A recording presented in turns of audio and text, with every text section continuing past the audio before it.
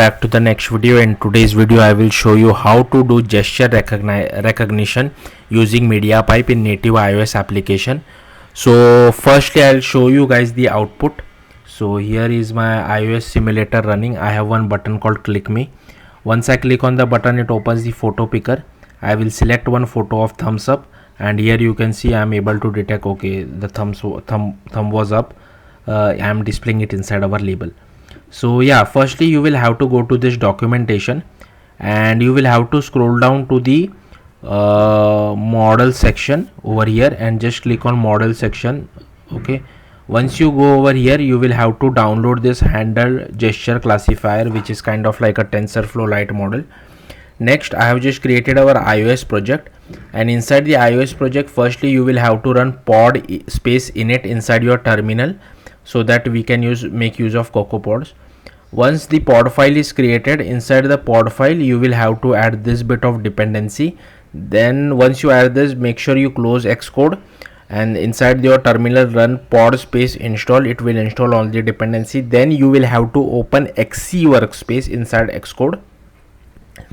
Once you do that, you can just drag and drop your gesture recognizer TensorFlow Lite model. Make sure target membership is checked. Once that is done, you can just go to your view controller. Before that, go to info.plist and make sure you add this photo library usage description permission. Next, go to view controller, and over here you will have to import photos UI as well as MediaPipe task vision. I am also extending from PHPicker view controller delegate.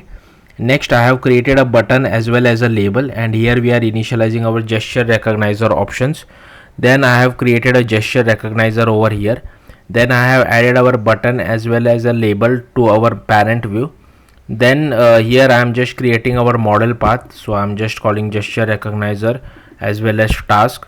So make sure whatever name you have over here, make sure you are using the same name over here as well. Then if the path is correct, then I am setting the path model asset path to our path, and the running mode is for image. Minimum hand this confidence level I have just kept it to 0.5 for all of this, and number of hands I have kept it as 1, but you can keep it as 2 as well. Then I have initialized our gesture recognizer. Then I have done some NS layout constraints for our button as well as our label. Then I have added one click listener to our button as well.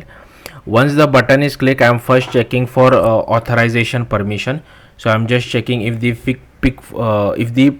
photo picker permission was granted or not. If it is for the very first time, then we are requesting for the permission. If permission is already granted, then I am just calling pick photo.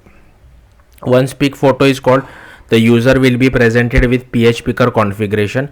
So I am setting the selection limit to 1. The filter is by images, and here we are displaying PHPicker view controller and presenting it to the user. Once the user selects an image, we are dismissing our controller, and here we are creating we are just picking the first result. Okay, and from that first result I am creating a UI image.